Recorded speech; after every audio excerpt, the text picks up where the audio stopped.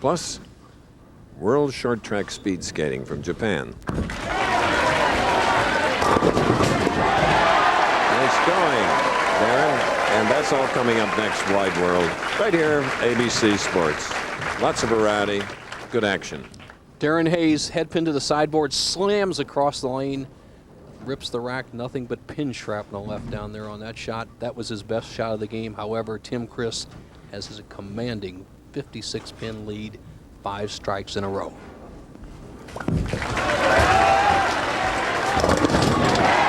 Halfway there.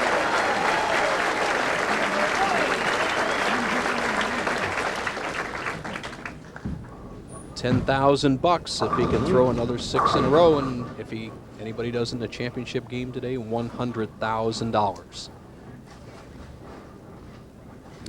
There were no 300s bowled this week during the tournament. But a lot of clutch strikes thrown. Most of the games come down to the 10th frame.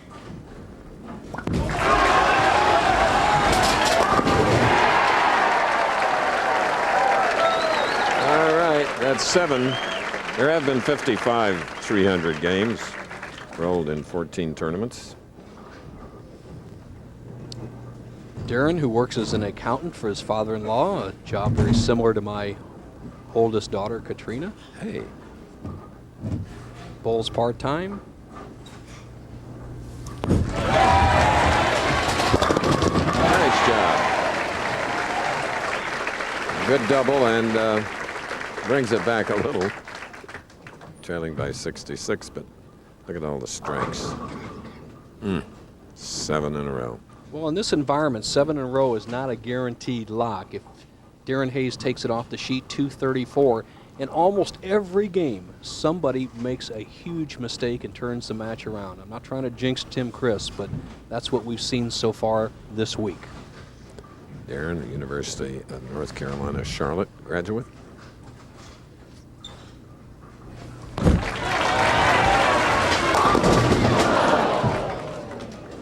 That's the 4th, 7. Has bowled an excellent game, has not had good luck with the left-hand corner of the 7-pin. That's his 4th 7-pin in 8 frames, and that will be his undoing as his lead of Tim-Criss becomes insurmountable right now. After this shot, Darin Hays will become a spectator.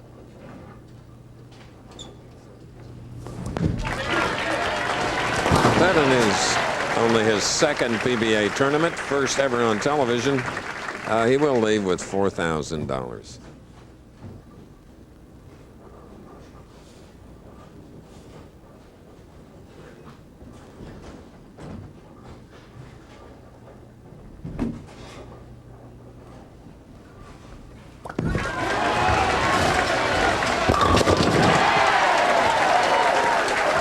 Well, now we have 4 to go, and Sherry's loving it.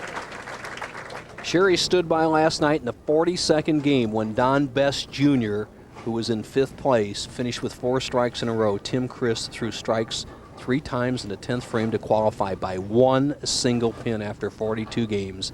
He's now maximizing his opportunity.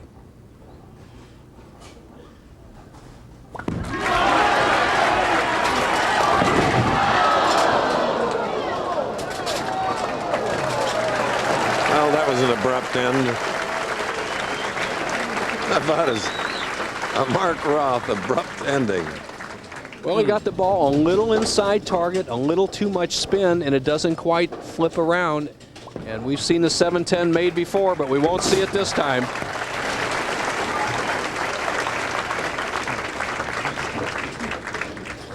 Kegel Bowling Center in Sebring, Florida.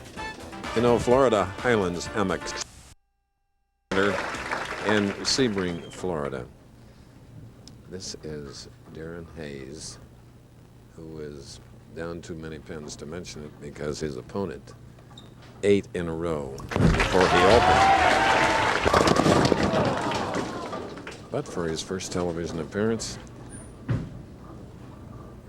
Quite well, Chris, as he's kept the ball in play as a potential 202. Actually, he bowled an extra day. He was one of our rabbits, the Pro Tour qualifiers that bowled on Monday. We had 56 rabbits shooting for 38 spots. Darin qualified 7th, averaging 204, and that will get you a lot of money in a John Davis Bowling Center.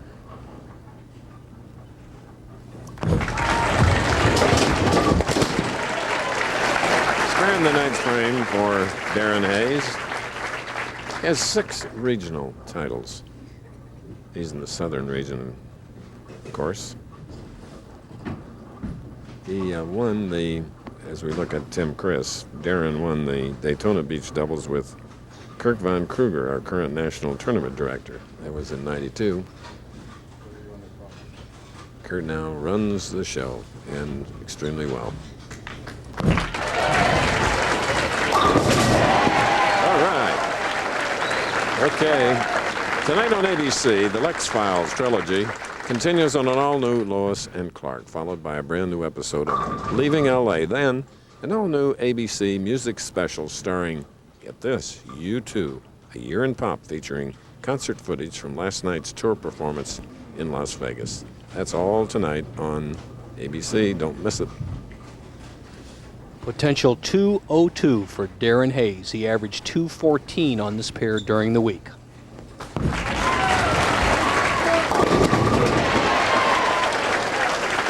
An encouraging finish for the 34-year-old.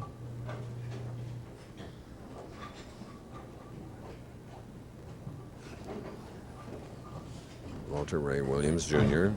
staying loose off to our right. Some practice lines. Looking very good. In the next match, Tim-Criss will meet Bob Belmont. You talk about an exciting player, another Portsider, southpaw, but he can really scatter the pits.